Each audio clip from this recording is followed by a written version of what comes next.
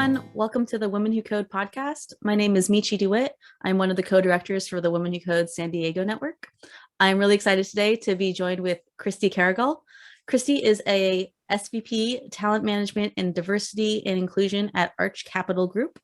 Prior to that, she served in a range of HR leadership roles at Willis Towers Watson. Christy lives in Weston with her partner, Reed, her 4 teenage children, and 4 dogs. In her spare time, she loves to cook and entertain and is currently re-upping her scuba certification with her 16-year-old son. Thanks for joining us, Christy. Thank you. I'm thrilled to be here, Michi. Really excited to have you. Well, let's start off with an easy question. Could you start by telling us a little bit more about your career background? Sure. I actually started, my academic background is in social work. So I had way back when worked with homeless families, striving for self-sufficiency, and also worked in an intensive outpatient treatment program for chemically dependent women. So, much different setting and experience prior. So when I was looking to kind of move to the next stage, I had no clue whatsoever where to go, what to do, like, what is an org structure? I worked in nonprofit, in kind of mental health services and social services. So I signed up with a temp agency. And I just wanted to get experience in different industry just to say, like, what is the culture? What is the vibe? How do I figure this out? Landed in a comp and Ben's team for a company then called Towers Perrin. It was a growing company of about 5,000 at that time, predominantly consultancy, HR capital consulting, but also some risk services, so insurance and reinsurance. So over time, there was so much churn on the team that I kept just sort of raising my hand, I can do that. And so, and there was born a 19-year career at a company that eventually became, when I left, Willis Towers Watson. So, and I've been at Arch for 2 years, which has been phenomenal as well. First, I love that you just kept raising your hand and advocating for yourself, and that led to this really great career that you've had so far. I also, your background is a lot different than a lot of people would see in tech and maybe DE&I work. Do you feel like that background that you have in social work influenced your decision to work in diversity and inclusion? 1,000,000 times over. So it's really just focused on people and the connection between thoughts, behavior, and feelings, which is just what drives all of us. It doesn't matter if it's in a mental health setting or in a corporate setting. And if if you studied change leadership within an organization, it's about, the why, what drives people and motivates people. So the 2 common threads, I would say, are one, irrespective again of setting, it's wanting to bring out the best and help people bring out their best at work. And then the equal kind of path is, maybe it's a little bit, I digress too much, but with psychology at the time, it was very focused on disease and individual and disease, whereas social work broadened out the aperture to include context. So what's going on culturally, socially, socioeconomically, et cetera. And that I've had a lifelong fascination with culture. And so cultural construction of reality, which is so different, storytelling, just all of that. So that's a piece too, that you bring in both with cultural diversity, ethnic diversity, et cetera, appreciating differences as a rich, resource to be mined is just a natural kind of a thing for me. So I think definitely that has helped. And I think my approach to D&I or DE&I, whatever you want to call it these days, is really just grounded in that, the rich resource we have in all humankind, if we're able to create an environment where everyone is able to show up and kind of contribute equally and equitably. That's really great. You're talking about creating an environment. So let's talk a little bit more about what your role specifically at Arch Capital is. Yes. So when I arrived on the scene in 2020, it was 2 weeks after the shutdown. Which was an interesting time for so many of us, but to start a new role. But what helped tremendous, so the role itself was brand new, the sort of looking after and the head of talent management and diversity and inclusion at that time. The talent management aspect of it was really focused on, kind of the building blocks, so some succession planning, talent reviews, and that sort of thing. You may remember the chronology was right around the time that the murder of George Floyd happened. And so that really, like so many companies, catapulted us into conversations that we hadn't had before as a company. But sort of my charge when I came in was help us finalize the strategy. Like, what are we doing? How do we make an impact?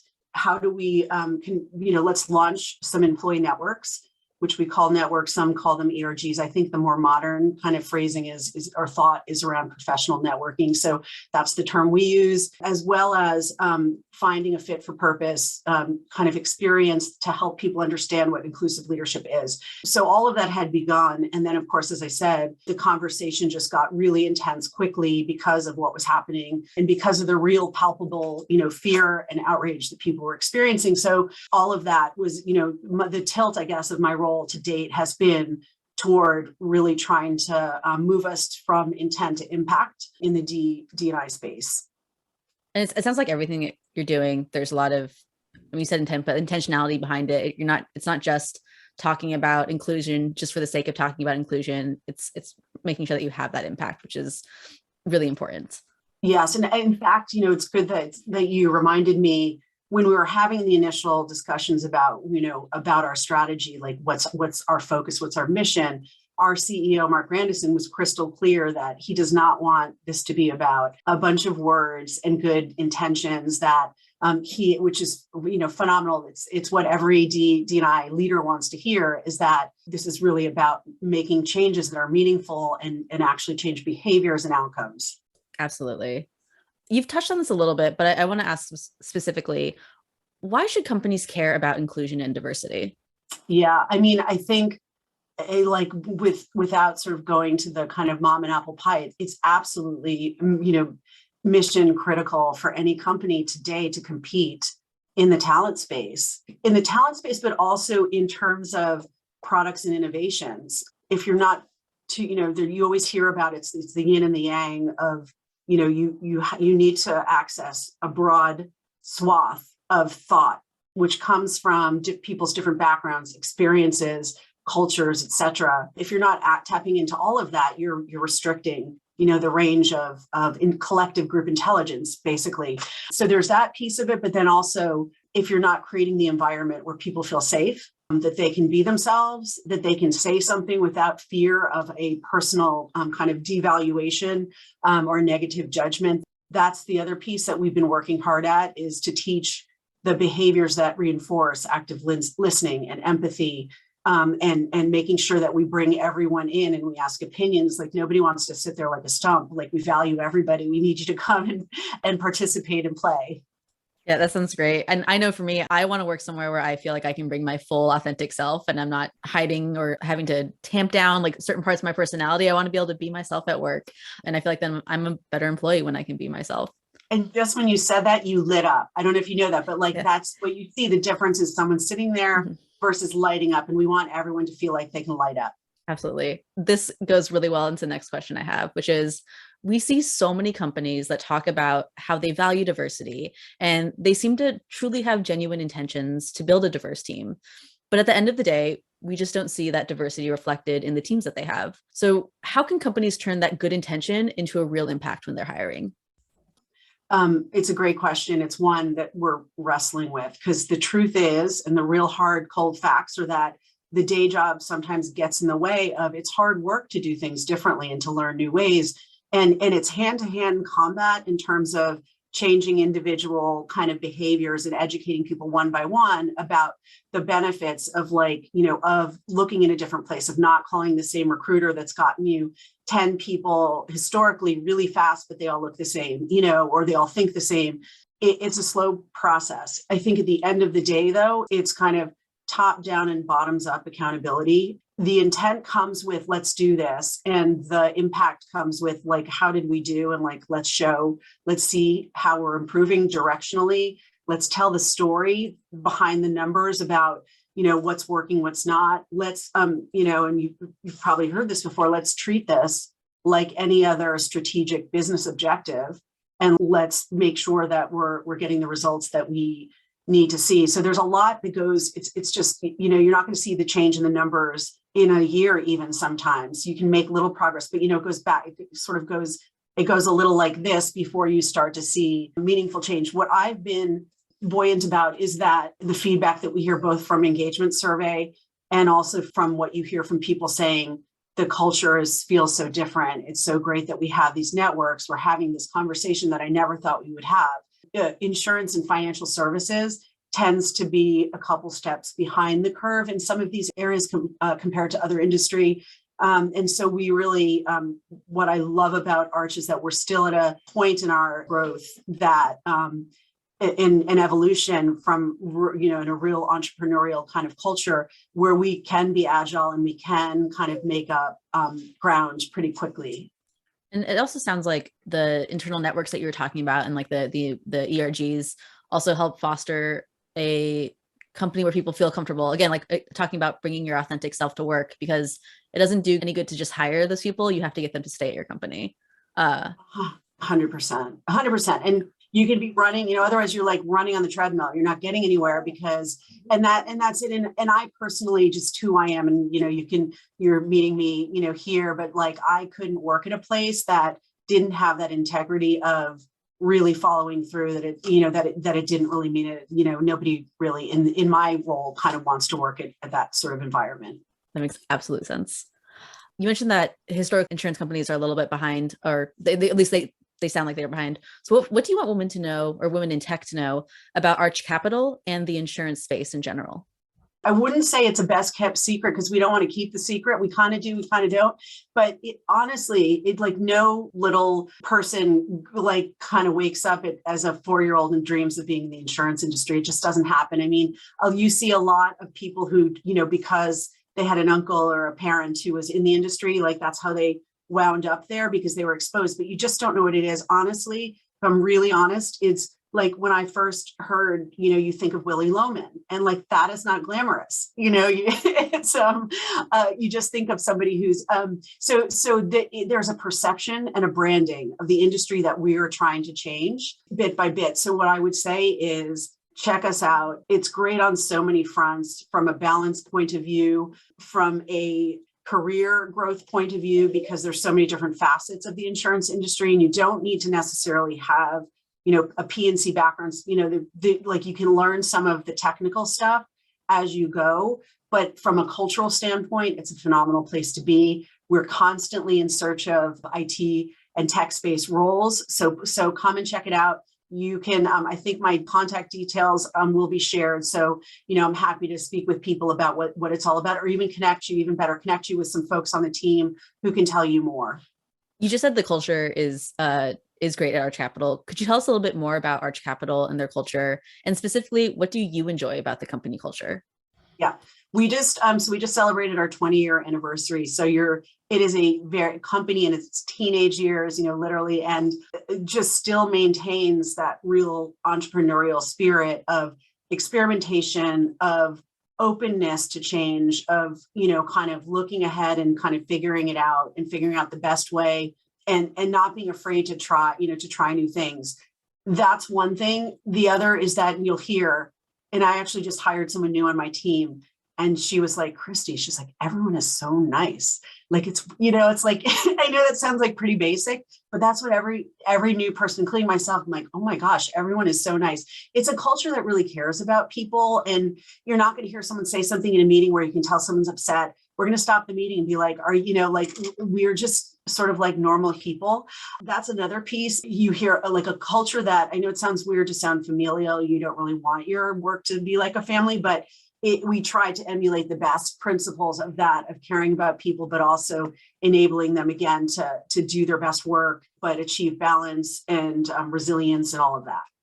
Yeah. And I like that you point out the fact, like, you don't necessarily want your work to be your family, because your work is not your family, but I do think you can take those good parts, right? The caring about your coworkers or your employees, and like, you can bring that into work without trying to, that saying, oh, well, we're like a family, because you're not, but you do care about each other. And that's still really great. Like in all ways, except for where it gets weird. Exactly. All right. Well, let's pivot away from work a little bit. What are you passionate about outside of work? Yeah. So my biggest sort of hobby is I just love to cook. From an early age, I used to try food and be like, I think I can make that at home. And I do like a science experiment, and usually it didn't always come out well, but anyway, so over time and years of practice, that's one of my favorite hobbies, where you can just totally kind of get into, space out, put on some music and cook, because then it's like the cultural tie, I like to say, is on my father's side. He's from Barcelona, huge family. So it's like, that whole kind of family focus and celebration and spending that time together. So centered around, food and drink. And then I think you mentioned it in my bio. I, exercise definitely all forms that I try to kind of get. That's my balance is making sure my body feels strong. I'm getting enough sleep and that kind of thing. Truly, though, is so important to showing up and kind of being your best self. But then the fun thing, I think this year, one of the fun things I'm doing is I haven't gone scuba diving since before I had kids. And finally, I'm like, let's just do it. My middle son, who's 16, is really interested. So I'm going to recertify with him, because those of you who know, it actually is like a pretty rigorous kind of, course to study to get in to understand, to be safe underwater. So we're going to do that. I'm looking forward to that as well. And that's bringing scuba and family together in one. So it's all coming full circle. Yes. Can I ask a random question? Have you ever gone scuba diving in San Diego? No, but in the Pacific, yes. Is it nice? I've never been scuba diving, but I do hear that there's like kelp forests in La Jolla that are supposed to be amazing and out of this world. So put it on your list. I'll put it on my list. I got certified on the West Coast and it was freezing. Okay. It was a little bit, I think I might've had a panic attack underwater because when cold water like makes you start to hyperventilate, whatever. So I might have to ease into that. I'm going to start with the Caribbean though. Yeah, it's definitely cold over here. All right. Final question. What is your pro tip for our listeners? For women. Yeah. So you do hear about, and this has been, sort of studied around the confidence, not competence, but confidence gap in women. And so I would encourage, the women listening, to the extent that you feel like, oh, I'm not good enough. I don't have this. I don't have that. Make sure you're purposefully building a network of people who prop you up and really shine a light on your value. In practice speaking up. If you haven't, women are historically allowed behaviors like within a very narrow range before it's the Goldilocks, you're too much of this or too little of that. And so, but practice in safe settings where you can stretch outside of that. And there's a book that I find useful called How Women Rise, co-authored by Sally Helgeson, but it was a rewrite of the book that you may be familiar with. What got you here won't get you there. Probably not saying that perfectly, but it was rewritten with a female audience instead of what was prior. The prior version was a study of only men. And it just talks about the typical ways that we get in our own way. There are always, with women, with racial differences, with cultural differences, there can be systemic barriers, but then we also have to recognize there are barriers within ourselves that we hold our own selves back by our notions about what we should or shouldn't do, or, I'm an expert at this, so I'm going to keep doing this. Well, actually being an expert can prevent you from getting to that next level because everyone counts on you for that. So it's very nuanced.